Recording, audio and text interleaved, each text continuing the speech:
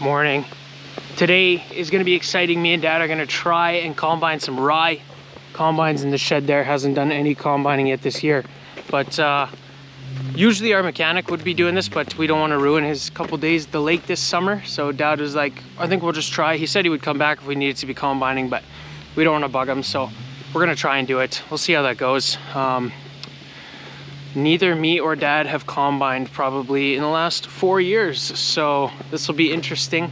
We're going to start out by checking the oil on that combine and then get the pickup header attached to it, fuel it up, grease it, just do a little bit of base maintenance on it to start.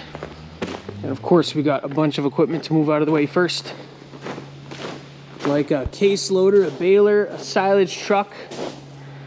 I was kind of wondering, we got to use those silage trucks to haul the grain back to the yard if we do get combining. I was wondering if that auger of the combine would clear the silage gates, and I think it will. There's only one way to find out though.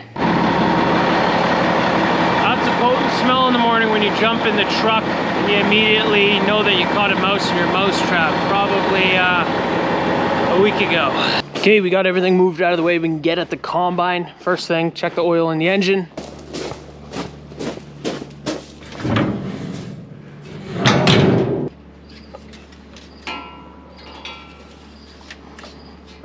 Oil's good. Should be good to go. One other thing we gotta do before we start it up, there's a battery disconnect. So that just disconnects the battery and makes sure that the battery's not gonna drain when it's parked for a long period of time.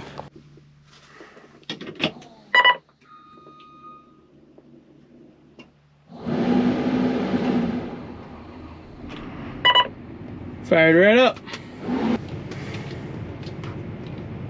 See how many engines we got. Oh, here we go.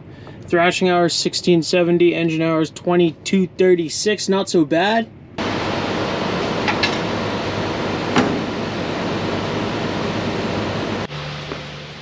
Well, we got her pulled out of the shed. I'm just looking at how I gotta hook this header up. Looks like there's just a PTO, and then we got some hydraulics, but those are the easy ones to plug in.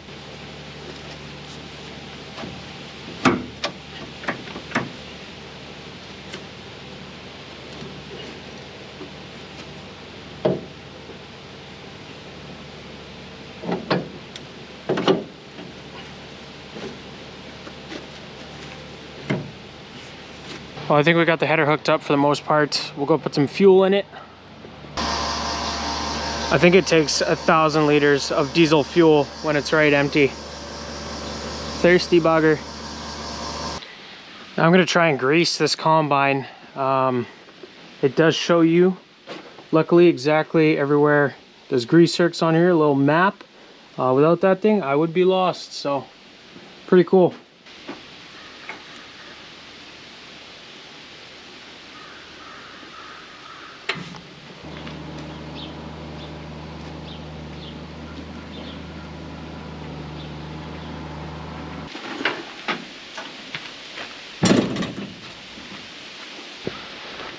So we blew out the air filters, we greased it, we fueled it up, we hooked up the header properly, I hope. So as far as I know, I guess to the extent of my knowledge, things should be good to go. We're now gonna hook up our red auger to a tractor. We would always usually hook up that small New Holland tractor that we got, but that thing is now in front of the rototiller. It's parked in the freestyle barn, sorry, the pack barn. So we're not gonna detach the rototiller. We use that every day now. So we're gonna have to hook it up to our 2294. The older case tractor. It's kind of too bad. It was always really nice to have that blue tractor on the auger because you could activate the PTO without needing to climb in the tractor. Whereas this one you need to climb in every time to turn it on and off again, but it'll work. So this is the tractor we're gonna be putting that auger on. It hasn't been used, I don't think, since we were shredding bales this winter into the corrals. I gotta switch the PTO around. So we gotta pull it out, switch it around, put it back in.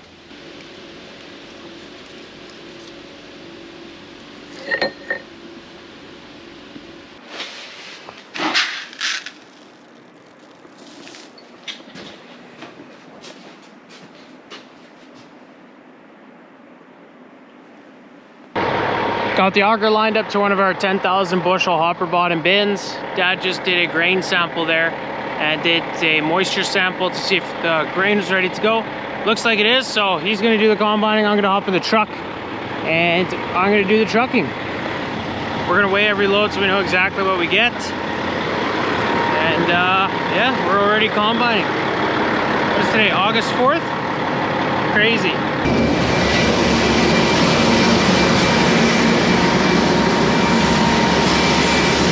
Well, that's our first load.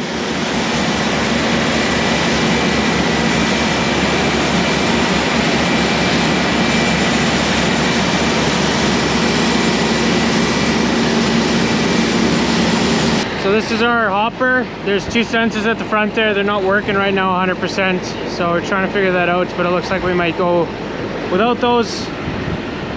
But yeah, first load. It's looking good. Lots of swaths to go. Lots of straw dropping on the ground. It's looking good. Well, when you pick it up.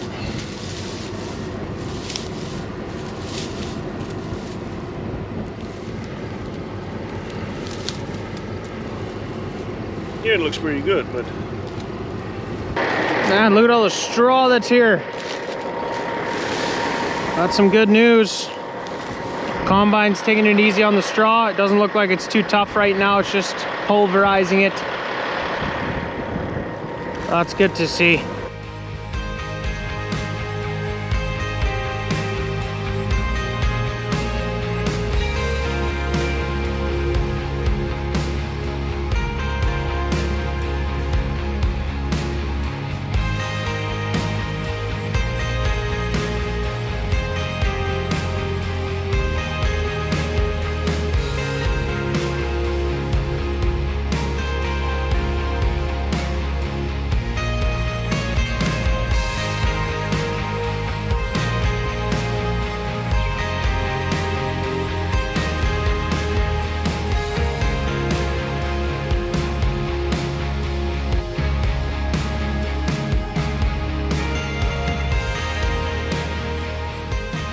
Well, that's cool. That's our second hopper of the day, and his full bin sensor just went off, so that started randomly working again, so that's cool. Gotta drive over a bit of straw here. I guess it didn't line up properly.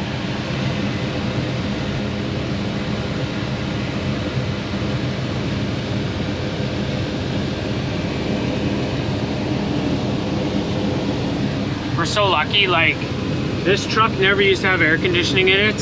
It would suck right now with how dusty it is trying to keep the window open. We're lucky that Brent makes sure that air conditioning is working and everything these days. Let's see if I can shift all the way back to the yard nicely.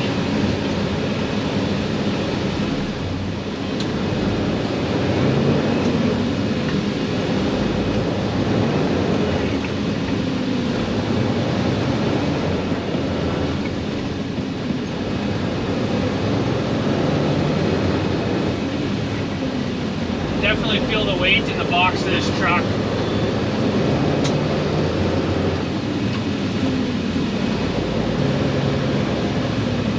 Dad wants to weigh every single load.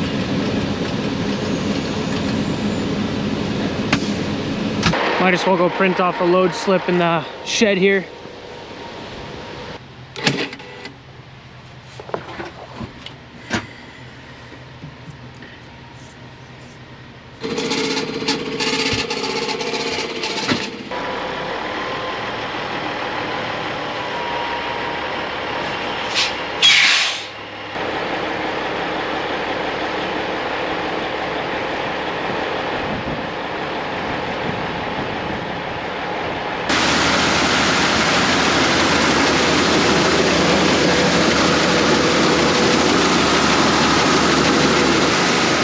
So our plan with this rye is to feed it to the cows. I don't know if you can't subsidize barley 100% with it, but I think at a rate of about 50%. So that's what we're gonna do. It's a lot cheaper than barley, that's for sure. It's way too hot. I think the cows will digest it too quickly, just like wheat. That's why you can't replace it 100%. So that was our first load in the bin, 2 hoppers from the combine. We're gonna take this to the shop now and run a moisture sample. We already did one, but you always wanna check too often versus not enough. So this is our moisture sampler for grain. We bought it from Gary Young quite a few years ago, and all you gotta do is weigh out 250 grams of grain, dump it in the top here.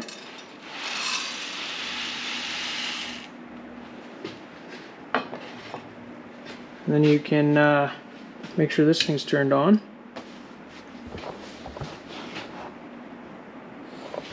Drop the grain in it, and then you want to dial it till that needle quits moving. Okay, so we are at 39. So you go to number 39 here in the book, and you go to 30 degrees. So we are at 12.7% moisture. So this stuff is really dry. You also have to take the temperature of the grain. So we got the heat gun, thermal gun, whatever you want to call this, 31. So yeah, it's sitting right at that 12.7. Super dry. Excellent. So we weighed out 2, printed off a load slip. So there's 2 hoppers in here. I think I'm just going to do that for every load when I come back to the yard. I think I got time for that. And then I don't have to manually keep track of the loads. All the slips will be there, and then we'll know.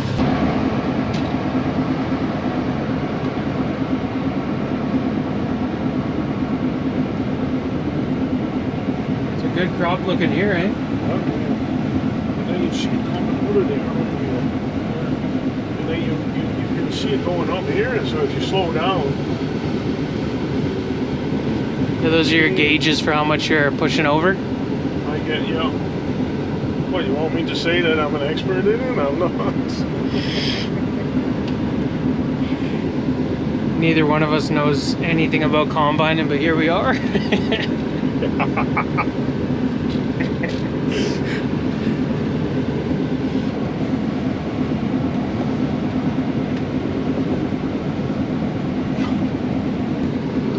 get it done.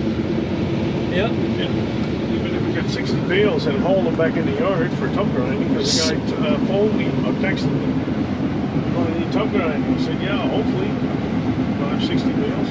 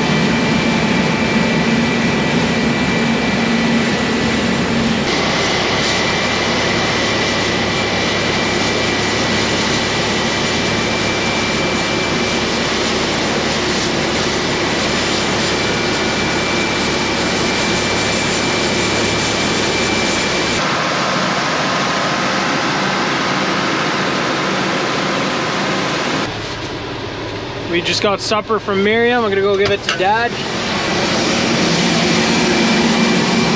Go!